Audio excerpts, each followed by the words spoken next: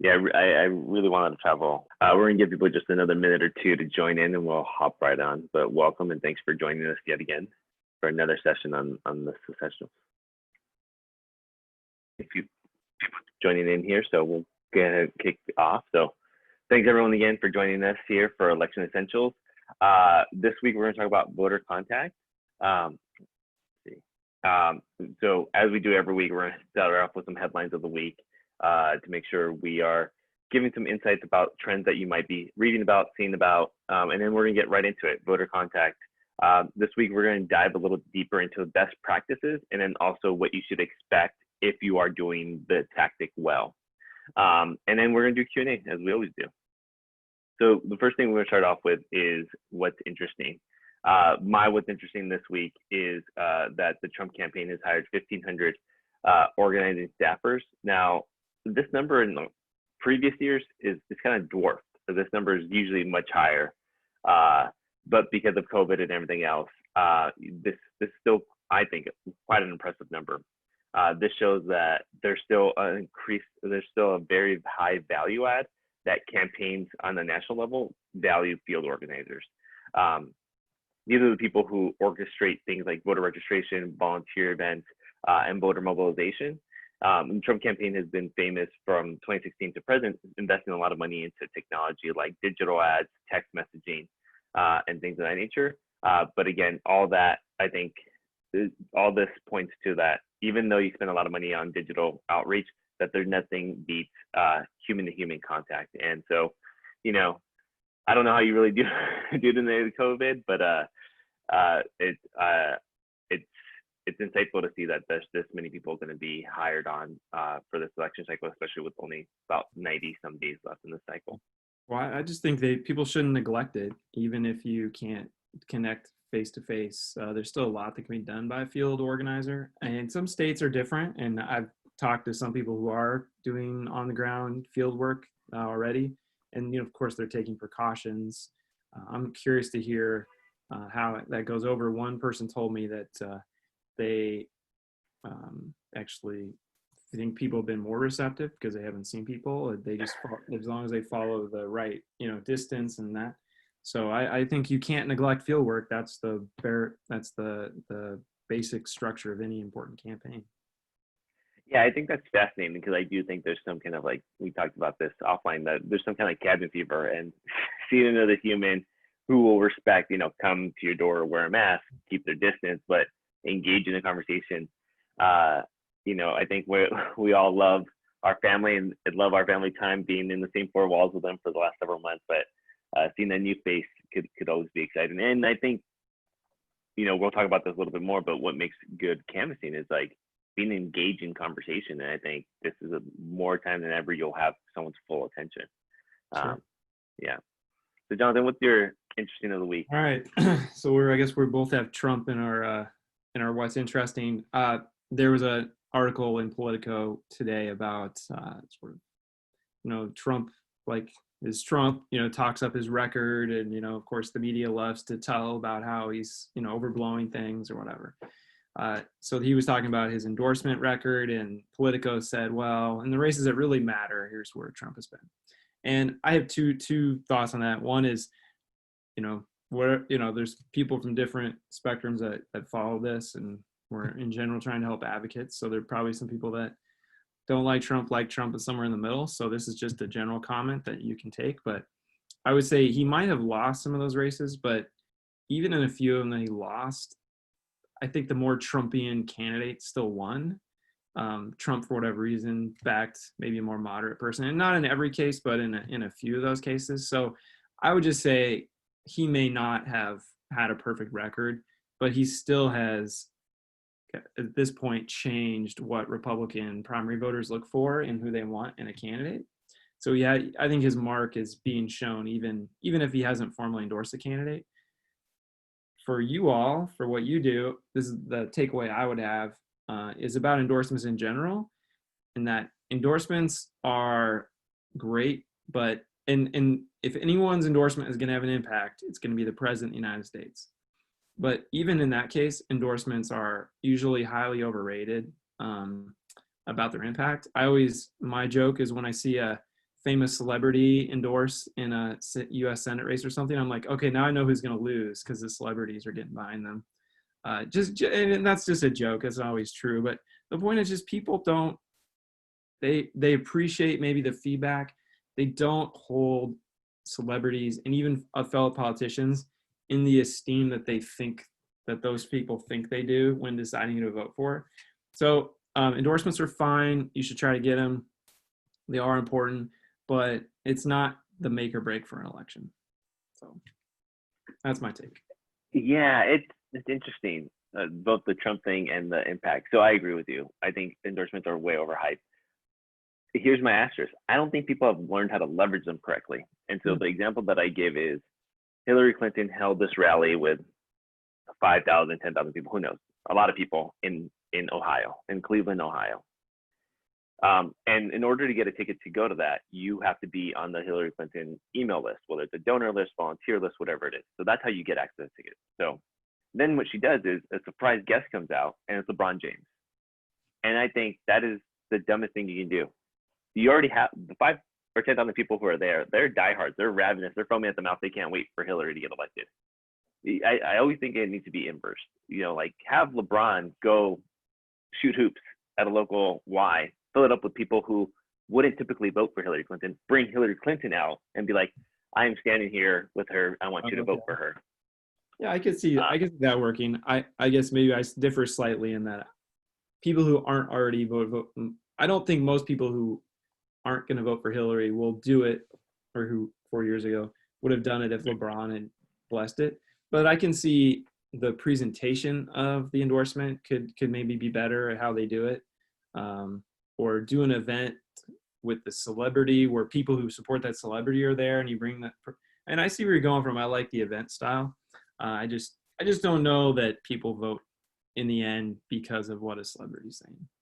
So I agree. I don't say the whole thing about like go play basketball and all that. Like that LeBron James has every right to speak what's on his mind, and he has a platform and he should use it. People will like it, not like it, and he'll have to deal with the consequences. I just don't know that it matters as much as he thinks it does. I completely agree. Yeah, like I think just like voter contact, it is a multiple step process that you need to like engage people, and having different messengers I think has an impact on it. But to your point, I think where endorsements do work, especially from elected officials, it might be in the primaries, because it sends a signal that you are aligned with the vision of the local state party or the national state party. And I think that's where it might have a outsized impact. But to your point, if you're running in an election, a congressional election, and you have the endorsement of a former Congress member, I don't think it's gonna, like, voters don't really care about that. Yeah. And yeah, I do think you should get endorsements in local races, in part because it does build momentum. I don't think that endorsements alone will overcome deficiencies in a competitive race.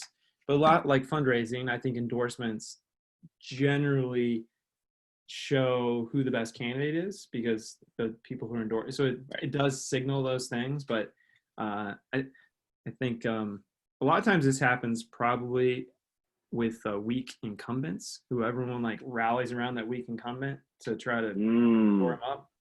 They throw their endorsements out there, and then they get beat anyway because they were a weak incumbent who. Yeah. So I just think that's important for people to know. You still have to work hard and get those endorsements. It does show momentum. It helps your campaign, absolutely. But yeah, we want to be clear here that we think endorsements are important in running a campaign, but not specifically for voter contact and persuading voters away. It's a signal sender. So for fundraising and earned media, quite frankly, like I think, Jamal Bowman in New York getting endorsements from sitting Congress members when he's going against an incumbent sends a strong signal in the primary race. Yeah, and we're like anything, we probably come down too hard on things, right? And I say, oh, endorsements are overrated. They are important. It just, the media often gravitates to them as the reason a candidate won or lost, or Correct. They associate blame or success based on who endorsed them, and that's where I want to push back on. Like, look, you have to look a little deeper. I completely agree. So we'll get into this week and we're talking about voter contact. And so the goal this week is to give you best practices, and then also give you like indicators to see whether or not you are being successful, and what success looks like. Because sometimes we do things and we think we're doing great, but it's kind of ambiguous whether or not we're making an impact. So the first first thing I want to talk about voter contact is what makes good voter contact. And when I think of it, I think there's 4 cornerstones to it. The first is like targeted. Like any tactic you take, it should be targeted, and it's not. I would not consider it good voter contact.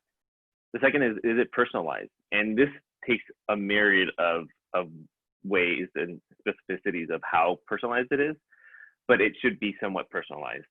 It can be something segmented as broadly as party affiliation, and something very specific as age, ethnicity, location, socioeconomic status, so on and so forth.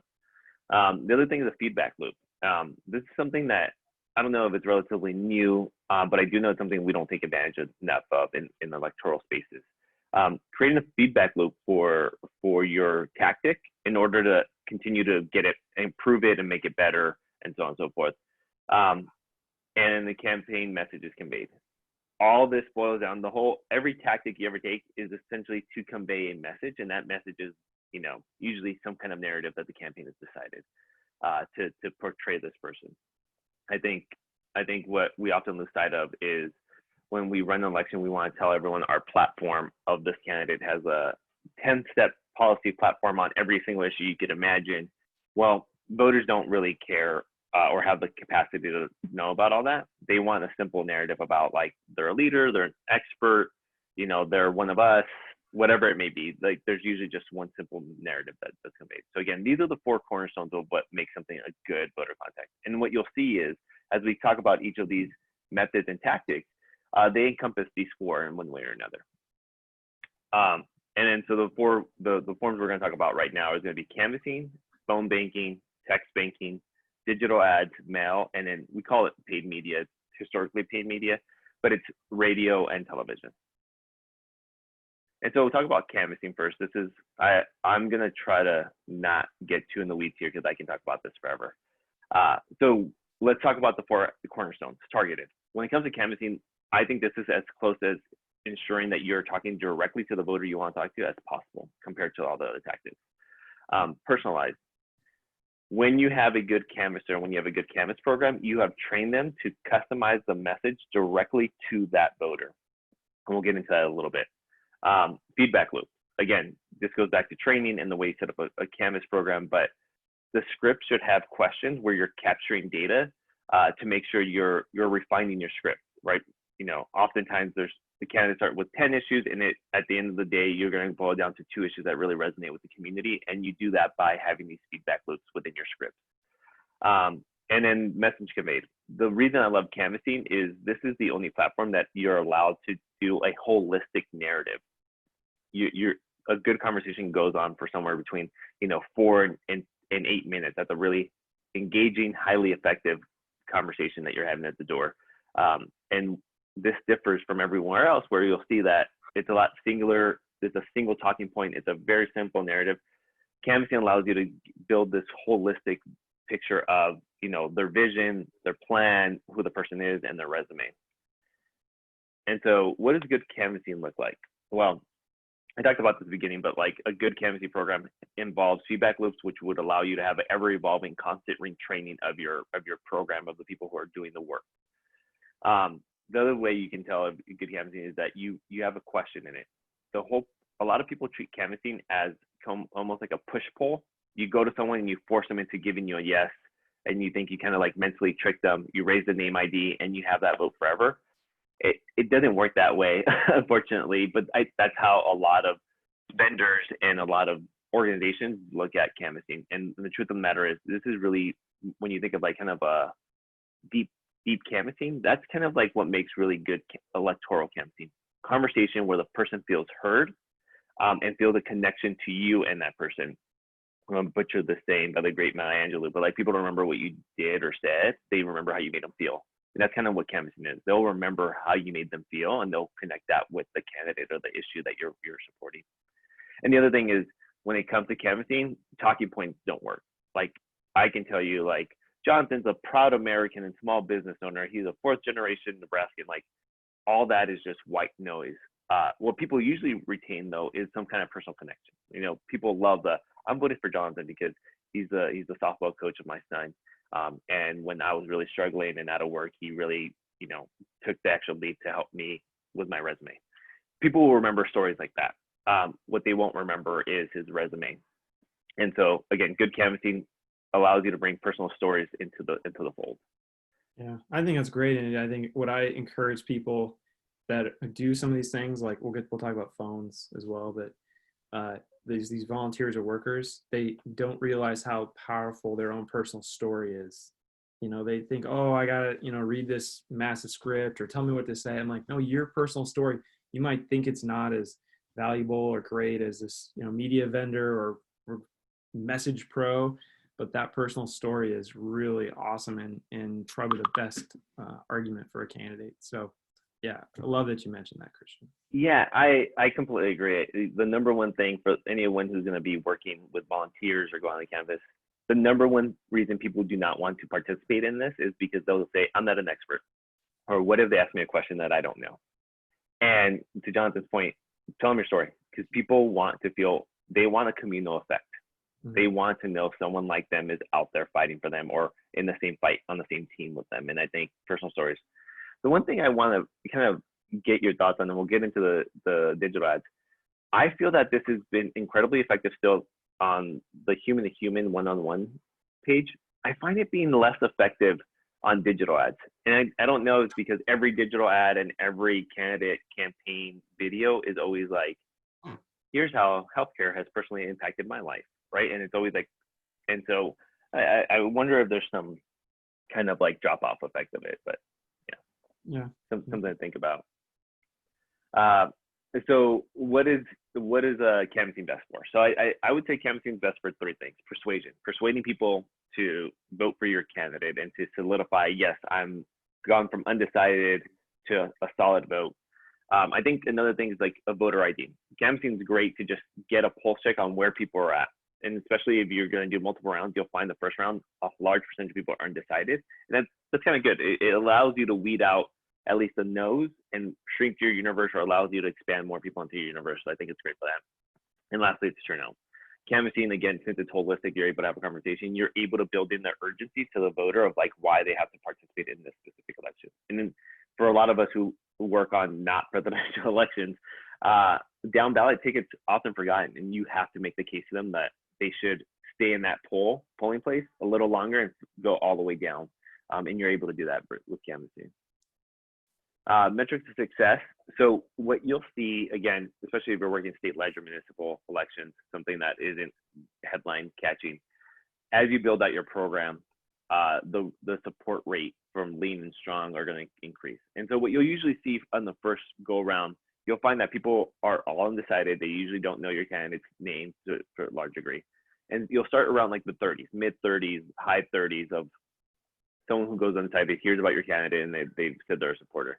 By the end of the election, like once you're getting close to GOTV, and even before then, honestly, if you're running a program that's about like an 8-week-long program, like halfway through the program, your number should be in the high 50s, low 60s. And once you get close to election day, they should be north of 60%. If for whatever reason you run a long program, and by long program, I mean like 8 weeks or more, or even like 6 weeks or more, and you're seeing that the support score isn't going over 55, you should be nervous. It means that there's something that's not breaking through the audience. And it might be the talking point, it might be the candidate, it might be that the other campaigns are doing better. There's a number of factors, but just know that if you're not in the high 50s, you know, halfway through your program, there's something isn't going right, and you might have to reevaluate. And again, the measure of success of like you're crushing it, you're looking at around like 63 and north. If you're getting into like the 70s or 80s, I would say you're targeting the wrong people to like persuade. You might have to like reevaluate that, or maybe there's like a data fraud issue because we've never seen that high. Well, and just to add on to relates to what good vote contact looks like with canvassing, there's an ask, right? So, right. Yeah. So unlike other kinds of voter contact, which is there are asks in it, but like canvassing is really important at the end of a canvas to have some kind of ask. And Could be any number of things, right? So that's part of that. That's part of that. Yeah, and one thing, like another like kind of secret, and again, don't want to get too into the weeds, but like what we've constantly found to be successful is not only is there an ask like, hey, will you vote for this? Will you pledge to do this? Will you sign this card that says you're going to vote? Whatever it may be. As you go down that list of asks that you have with them, I think it's absolutely vital, especially in canvassing, to ask them to participate in your campaign. And what you'll see is like, it's like less than 1% of people who will say yes to this. But again, going back to that communal effect, that community event, being able to asking someone, hey, can you join us in this movement is very flattering, because essentially people still think of politics as this like very holier than thou process that's out of reach, and people love being asked to be participants of it. So again, that you're absolutely right. There has to be an ask in everything you do. But like if you want to go that next level, I would say volunteer ask is really important. So the next thing we're talking about, oh, sorry, one last thing. So here's a kind of a script that I want to give an example when I talk about like you should have a conversation, not just ask people or make it a push pull. Here's a script that we use in the former race. But what you'll see is we start off by saying, hey, I'm talking to my neighbors. Again, communal effect. The best thing you can do is identify yourself as someone like them. And what we found is that people take political advice from, first and foremost, family and friends, and second, community members. And so if you're able to talk to someone and say, hey, I'm your neighbor, it lowers their guard and allows them to be more receptive to information. And so you'll see here in the script, it says like, hey, I'm a local neighbor. I'm talking about people in the government race. Have you heard about who's running for governor? And it's an open-ended question, not push anything on them. Again, you want to lower their guard. And after you ask them that, you go into like, what issues are you most concerned about? And that will, again, have them feel heard, not sold anything, not pushed anything, not aggressive. And then the reason we ask people this is because essentially in a good canvas program, you've trained people to have a talking point for each and every one of these. And so if Jonathan says, I'm really concerned about the economy, the way I would respond is like, I think that's the most important issue to myself, and that's the reason I'm supporting Andy. Andy's running for governor, and her economic platform is A, B, and C, and it's impacted my family directly. Y. And so again, this is like the basics of a good canvassing script. Also, like you'll see, this is like a good script for like phone banking. It's always open-ended, allow people to feel heard and participate in the conversation before you go into anything, and then grounding yourself, your story, and why you're voting for someone. So just wanted to share that with everyone and give you an example. Text banking. This is like the newest craze that everyone's pumping their money and energy into. I think there's a number of things good and bad for it, and we'll get into it now. Targeting. Look, at best you can assume that you're talking to the right voter, right? At least like the phone number that is associated with that person, whether or not they're the ones reading the text message. I would say it's in the high percentile that they're the one who's going to read this. People don't really read other people's text messages often. Personalized it. So this is what I do like about text messaging, is because it's so affordable and it's relatively easy to execute. You can hit people with different messages constantly and over again if you have the capacity to do it, whether it's resources or human capital. So I do like that you can really personalize this. Feedback loop. So again, when it comes to text messaging, you can really run really simple A/B tests to see which one was open more, which one did people take action on more, and that really helps you refine your verbiage, your ask, and your list, and then convey your message.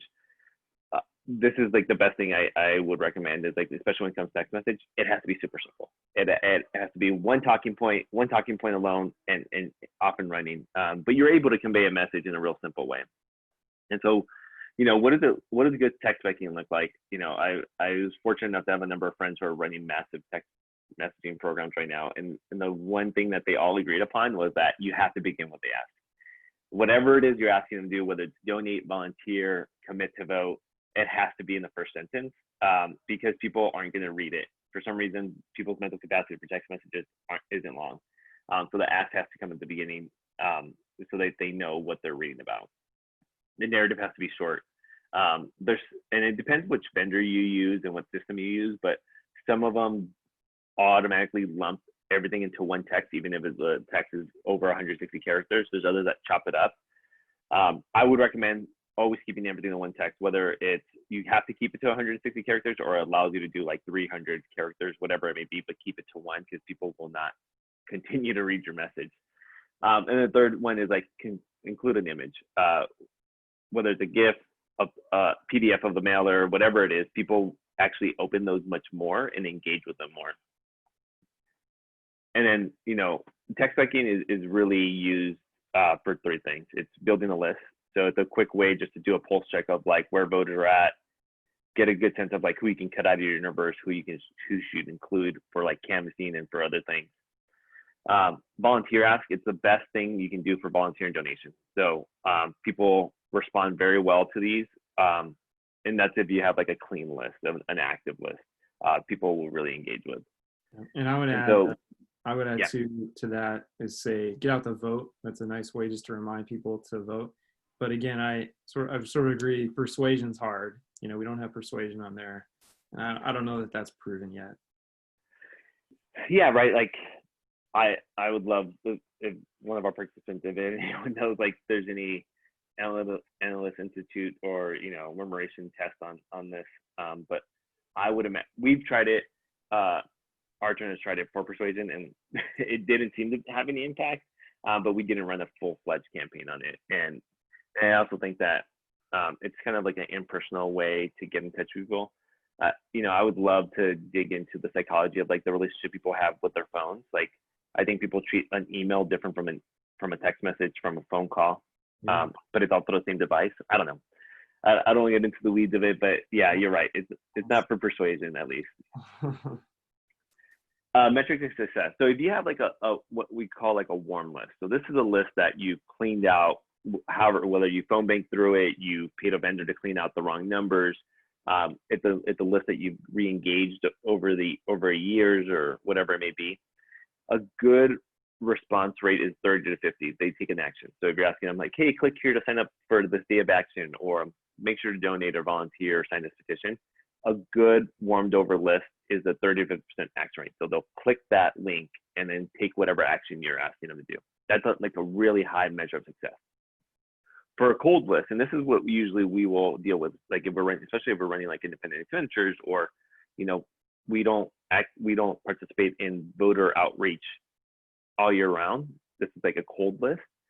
You'll see about like an 8 to 12% rate, and that's good. That's successful. Like if you have an 8 to 12 rate of click through from a list you've never touched, or that's new to you, or just been stagnant for a while, that's a pretty good rate. So these are the kind of rates you should be looking for, depending on what kind of list you have.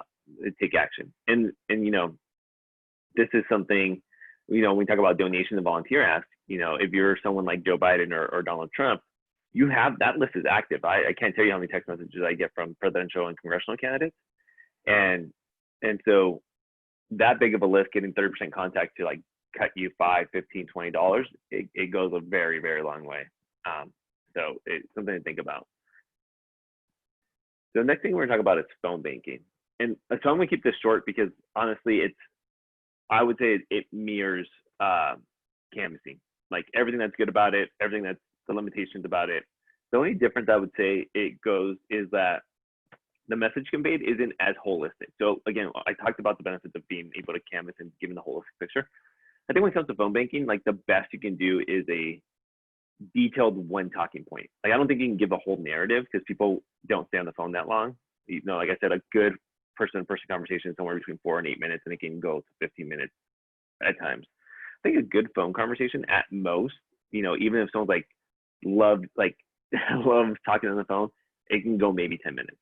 And so the average good conversation, I would say, is like a 2-3 minute phone call. And in that time, if you're really practicing this kind of conversation, there's not much you can get across. So if it's an equal conversation and a 3-minute conversation, you have a minute and a half to convey something. And so it should be just like one good talking point on whatever that voter wants to hear about. And so like, what does this look like? Again, it looks just like canvassing. You got to make sure you're ever evolving and getting that feedback loop to continuously train on people on what talking points work and what doesn't. You have to allow phone bankers to customize and personalize their message to every voter, because that's what really gets people across those, going back to that story itself. So those are like the 3 things that I would say like phone banking's good for. I'm sorry, that's best practices. And then what is it good for? I think phone banking is probably one of the best things to like build a list or ID voters. It's it's something you can do at scale. You can get, I think I trust it maybe a little bit more than text banking because people might not respond to text banking. You don't really know like if it's a lean or support, a strong support. So I think phone banking is the ideal thing for that. I think phone banking is also really good for persuasion, for GOTV and volunteer recruitment. I think historically speaking, phone banking has been the best thing for volunteer recruitment. From everything I'm hearing from my friends who rave about text messaging is like that text messaging is now superseding that. So it's an interesting concept, but I would still say phone banking is really good for Certainly a volunteer. lot less effort texting, right, to do that volunteer recruitment. But yeah, I still like phone banking. I think it's probably one of the harder things to get people to do, to get volunteers to do. It's, making phone calls to me is a lot harder. Even, I mean, it's maybe hard to get people to show up for door knocking, but I think they're more comfortable door knocking than they are calling people. I think they feel like it's like an invasion of privacy. So, like from a volunteer standpoint, I feel like if you can get their time, I think they like door knocking better. But I always make the case. So I'm a big canvasser on my free time. Some people garden, some people travel. yeah, I go and volunteer for campaigns and issues here at an Oklahoma. exciting life. Exciting life. and what I find is like, so I'm always like, everyone should go canvas. If we can just scale canvassing, we'll win every single election. That being said, I find it so much harder to get people to say yes to canvassing. They love phone banking because they think they don't have to see the person. Also, people always assume the worst. They think what if someone like I go to someone's door and they pull a gun out on me, or they slam the door in my face. Interesting. Yeah, it's interesting. You've had different experiences with that. Okay. Yeah, I can see it. Yeah, I suppose it just depends on the person. I suppose. yeah. But yeah, but to your point, I think people, if they ever canvas, they fall in love. Well, they don't fall in love with it, but they understand that like this is better than phone banking. Usually you're fired up after it's over. Rarely do you have too many negative occurrences versus phone banking. Right. And if you're doing canvas, if you're doing any of this right, you shouldn't have too many like negatives. They shouldn't be in your universe of people you're trying to like get to know. Sure. And so metrics of success. So phone banking, again, the support score is the same. Like when you're asking someone to support your candidate, it should be north of 60. That's when you know you're doing this well. Contact rate when it comes to phone is north of 20. So I've seen this in the decade that I've been doing this. It's gone from a good contact rate is somewhere between 30 and 40%. And now, honestly, like if you're over 15, it's like the low teens is about like average. And if you're getting over high teens into 20%, you're having a really good contact rate. Less and less people are answering their phones. Less and less people have phones.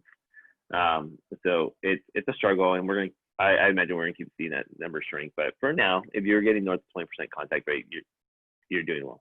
Again, the inverse is true too, right? Like so, if you're like below like 8% contact rate, you might want to like scrap your phone banking, and we've done that before. So like we've had this struggle in Denver where our phone bank rate was something like 3 or 4% for one election, and we just said, you know what, it's not worth it. That's people, and so again, contact rate is just people answering. They might even give you a support score. They might say, I don't want to talk to you, or I'm undecided. So it's sometimes not worth it. Digital ads. All right. The new frontier. So again, the 4 pillars. Look, you can't guarantee that you're targeting the right person, but you can assume that you're targeting the right person. Again, the thing I love about digital, same thing I love with text messaging, you can segment it. You can give Jonathan an ad for every single one of his identities as a father, as an outdoorsman. He can get all of them. And I love that about it. The feedback loop is great on digital ads. There's so much data that comes about it, like click rate, how long he viewed the ad, so many things. And then the other thing about message convey, like how do you ensure your message is conveyed? Like going back to text banking is like you give them one message. It has to be simple. And what a lot of candidates do wrong is I'm going to do this for the economy, do this for healthcare, do this for education, and it just gets lost. So keep it simple. Digital ads. So how do you know, what are some best practices? The first one I learned the hard way is you got to state your case within the first 6 seconds. And the average rate of people watching like a 30-second clip or 15-second clip is 6 seconds. So you have to get it across there. Some people think this is like name ID. It's a race for name ID. So like the first thing they should see is like the name of the candidate in the office they're running for. I think there's some validity to that. But you know, when I think of really good digital ads, that is true like half the time. Like the actual visual name is there. Keep the ads as a single narrative. Again, you don't want to be complex. I think that's more for a different realm. So the other thing that makes for good digital ads is like the narrative, whatever it is you're trying to convey, should be heard. Like with the voiceover, should be seen in text. So there should be like graphics on it, and it should be a visual representation. Yeah. And so I think if you don't have all those three, you're not doing it fully right. And then the other thing is like digital ads let you micro target. Like I said, you can hit every identity. Any other things you would add that makes it good? I think when we talk about digital ads, it's important to note that there are different kinds of digital ads. There's video ads. There's static, which is just like an image, or maybe it'll have some rotating images on it or whatever. I really have had more success with the video, the pre-roll kind of ads that go before, like you're referencing with the first 6 seconds. So think about how many times you watch an ad online and you click to skip the ads. You have that option. It's obviously you want to hook the people as long as possible. I think that having 30-second or 60-second ads in that case are not good. If the person sees it's just 15 seconds, they might watch it all, But if they see it 60 or something like that, like I'm not going to wait for 60 seconds, skip. So the first 6 seconds is important, but I would keep digital ads, pre-roll ads really short. And in the static ads, I would, again, your points are perfect, simple, clear, look nice, limited text, like have lots of white space, meaning you're not full of text, good images, all that kind of stuff applies. But I like them. I like the pre-roll, and I do static ads as well. I look at them as some kind of cross between billboards and direct mail pieces. So I'm still sort of jury's out. Like I still believe in mail, for example. I haven't gone full digital, in part because I feel like I think something similar to what you said about or a text versus an email on your phone. I think there's something about getting it in the mailbox that's still different than seeing it up on like your Google search sidebar. So I think there is still something more impactful about mail. So I haven't given up on digital. I like mail. I like them as to be complementary as well. But I'm not there. Like I'm not all digital. Yeah, I'm with you. So I just think of myself, and I do like many focus groups with like family members because I have multiple generational and different demographics within my immediate family. And what makes me skeptical about still ads is that people don't notice them. And I've seen some really good ones, and I'm almost thinking of like the still ads are more. I think they can be effective if they're shared from your membership. So like if they're meant to be a shared thing rather than like I'm scrolling through Facebook and there's a still ad of a candidate, like I'm just gonna keep scrolling through and I won't recognize it. But like if I see it come from you on your post or something, I think that's probably when it's effective. And so yeah, I'm skeptical of those like banner ads like that follow you to every website you go to. I think it's good for name ID. Like if it's really just a race for name ID in which a lot of low down value tickets are raced, I think why not throw money at it?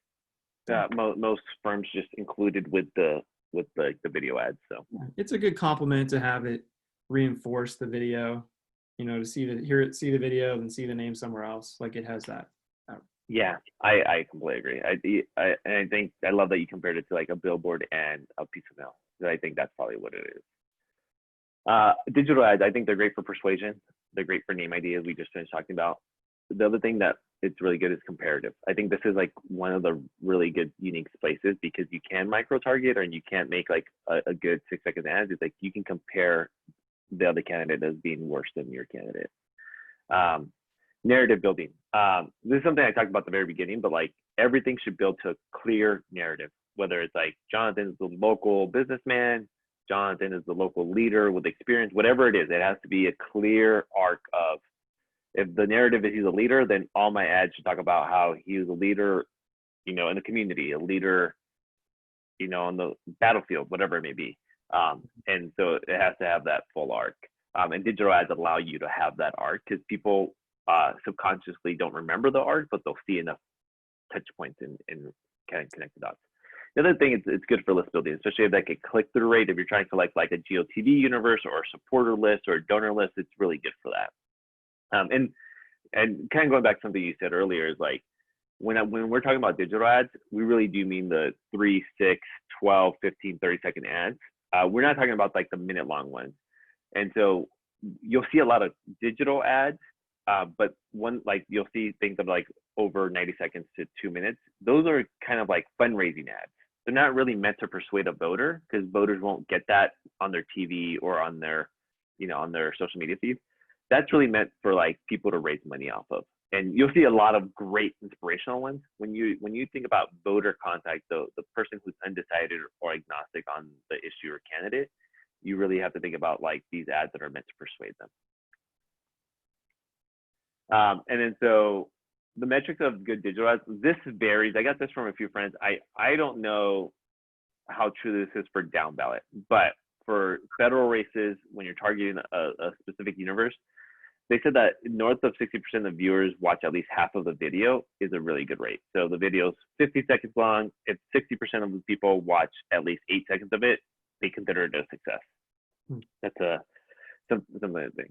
And they also know that click rates will stay low. No matter, even if the video is a huge success, that click-through rate is really low on digital ads, especially when you're persuading a voter. So people won't click to sign up, especially undecided voters or like GOTV voters. They won't click through and sign up for your email list. And that's not what the purpose of it is. It's essentially it's a long messaging campaign. I wanted to show it, but I'm having a little technical difficulty. So if we have time at the end, I'll show you an example of a really good digital ad. I have a really good Mitt Romney TV ad, and I have a really good digital ad, NRA digital ad that I wanted to share with people. But we'll get to Mel. Jonathan, I think you are in the majority of not abandoning Mel. I think I'm a radical anti-Melite because I just think that this is what it is. This is what it's compiled to, this image of just massive mailers that nobody reads. But there's I think that still has value in place in our sector. It's targeted, like you're assuming the person gets it, you mailed it to them, they'll read it. Personalized it, again, you can segment the universe however you want. It's expensive, so mail's expensive, so you can't segment it like you can text messaging or digital, where it's like $1 a person. This is several dollars to segment, so it's hard. Feedback loop. This is one thing I don't like about mail. You have no idea whether if it's resonated or not unless you do a poll. So you send a bunch of mail out and you do a poll and see if sentiments change. That's really expensive versus just looking at the back end of data of who clicked which piece of ad. Message conveyed. If you want to do mail right, I think you should keep the message simple. And we'll get into this, but I hate when they just say, I'm the best candidate and here's my 30 points on why. And it's like, you've lost me. So what is good mail like? It's a clear, simple narrative is communicated. The visual and the text are limited, but they're also aligned. And I'll get into that little piece. And then each mail piece goes to this higher holistic message. Again, I use the theme of Jonathan's a leader. And then every piece of mail should talk about how he's a leader in different aspects. But so the visual and text messaging are limited. We'll get in I have an example here in a minute, but the other pet peeve of mine is that you'll see a picture of Jonathan's a family man, and there's no picture of him being a family man. Like it's him having drinks with his friends. It just doesn't match up, and you'll see a lot of that. It's easier to do that. You can have multiple images or something. Yeah, and things like John's an educator, but you see him playing baseball. You want to make sure whatever narrative you're putting in writing matches the visual narrative you're trying to communicate. Yeah. I'll chime in there on that slide. Yeah. I've just seen so much bad mail, and I know you're going to give some examples. But I do want to say that a lot of this applies to all kinds of voter contact. Uh, and I'll speak to mail. Like start with an image. Like I know you want to write your platform, and Christians kind of hinted or got at this, that people don't want to read it, or most people aren't going to read it. If you do want to put all that text in, fine, kind of find a little corner of the page for it to be where it's set apart or whatever. But images and big headlines, that's what people are going to see. They're going to see an image, hopefully it is of the candidate, it's active, it's positive, and the headline, back to that narrative, is so important. Don't just throw a headline out there, like Christian stands with you. Okay, well, what does that mean? I don't know. Don't just make up headlines that are just no more than cliches. You need to know exactly what it is you want people to know after they look at that mail piece. And the first time I ever did mail, a mail vendor told me you have X number of seconds, I forgot, from the mailbox to the trash can. So, how many messages can you get across between then and the trash can? Not very many. And they're really going to come in your headlines. So I like documenting I like text that documents your points, because it's sort of, even if they don't read it, they're like, oh, they have a lot to say, like this must have something to it. So I like to have that in there, but that is by far not graphically the majority of the piece. It's headlines, a great big image, and that goes for just about everything with voter contact.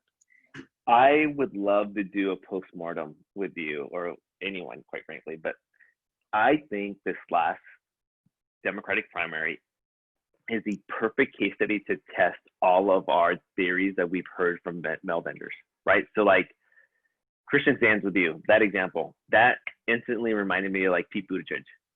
His campaign, he got 15% of the base off of, vamped talking points that like were optimistic to a point, but like literally said nothing. Like it wasn't a plan. And then we see like Bloomberg like got 20%, like 20 or 25% of the base, running really good ads, and like it was all around being a leader.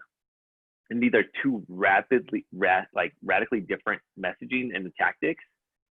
And I think this is why mail vendors like kind of make the money they do, because they're both true. Like Pete Buttigieg's example of like, just say things like stand with you and we're one country, like whatever it is. And it worked on 20% of the people. But I would say that wasn't accidental that he said those words. And I guess what I would say is it wasn't accidental. Like he was trying to send a message. I just see a lot of candidates don't put that kind of thought into it. Like they might end up with stand with me, and it wasn't the right message. They just, oh, that's nice. So I agree with you. I don't disagree what you're saying. I do think that they probably spend a lot more time on those slogans though than a lot of people do. Yes, and on that note, real quick, mail is good for name ID. I would say persuasion and comparative to the in narrative building. Here's so I pulled this off, and for anyone who's out there watching, you can just literally Google. There's two organizations that give out awards for mail and digital and political ads, and they'll give you the list of the winners from last year. And so this is a winner, a mail piece winner, under the category of Democrat for state legislative office. And so this is a woman who ran for re-election in her district somewhere in Illinois. And so the reason I love this is because it hits all our points. The visual is clear and concise. Like even if I didn't read the headline, I was like, this person's the leader. You look at the headline, like she'll lead the fight. Perfect. And then you go to the backside, and it gives you like, if you want to read how she's a leader, it's there. But yet I get another visual of her being a leader, right? Like there's a B-roll picture in the background. It's her taking a mic. It's a very simple message conveyed across. So if I got this, to your point, like I'm taking this from my mailbox to my trash can. Okay. Yeah. That's this represented as a leader. Yeah. Well done. All right. TV and radio. So targeted. I say like, I think before digital, like this is as targeted as you could hope for. I think in today's world, it's a lot harder to call this targeted, but you're assuming that the right demographics in the right area will see this ad. Personalized, this is where I think it can only be personalized based on the outlet you're using. So for example, the message you'll use on ESPN is different from the message you'll use on MSNBC, and vice versa. So I think that's how you can personalize it. Feedback loop, it's kind of like mail, it lacks it.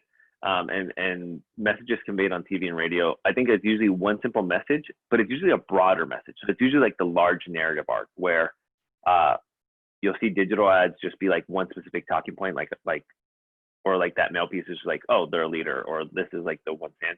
I think TV gives you like who that person is. It's a good TV message. And so what makes it good is clear, simple narratives that are communicated. The visual text are limited, just like mail, and it's like a holistic thing.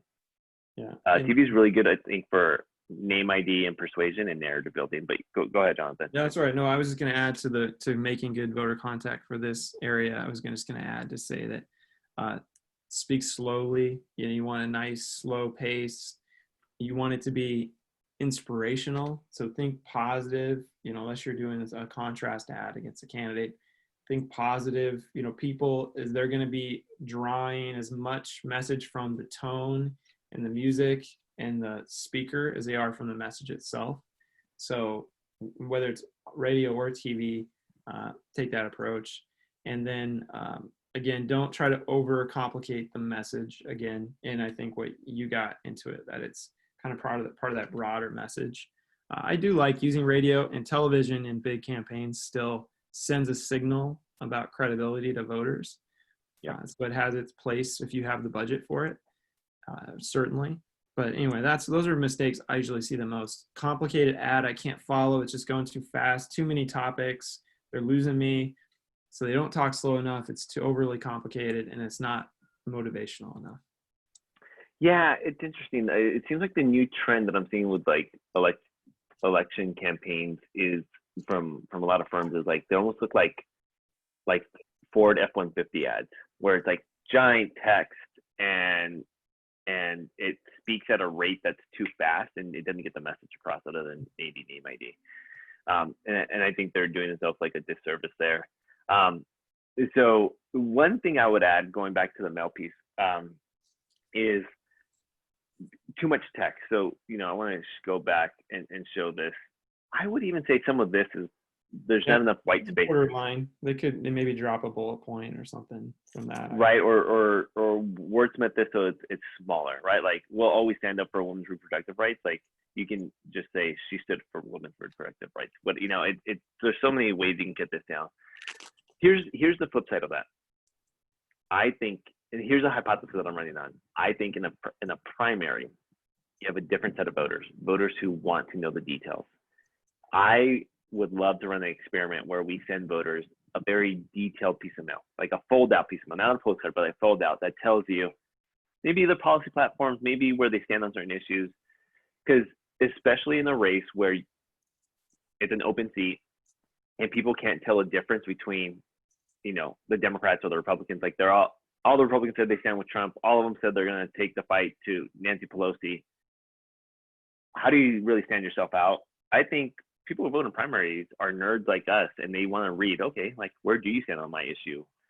And same, Democratic side, like, you're going to take the fight to Trump? Like, how? Tell me what you're going to change about my day-to-day life. And so that's just a hypothesis that I have. There's no proof in it whatsoever. I think that could be an effective piece.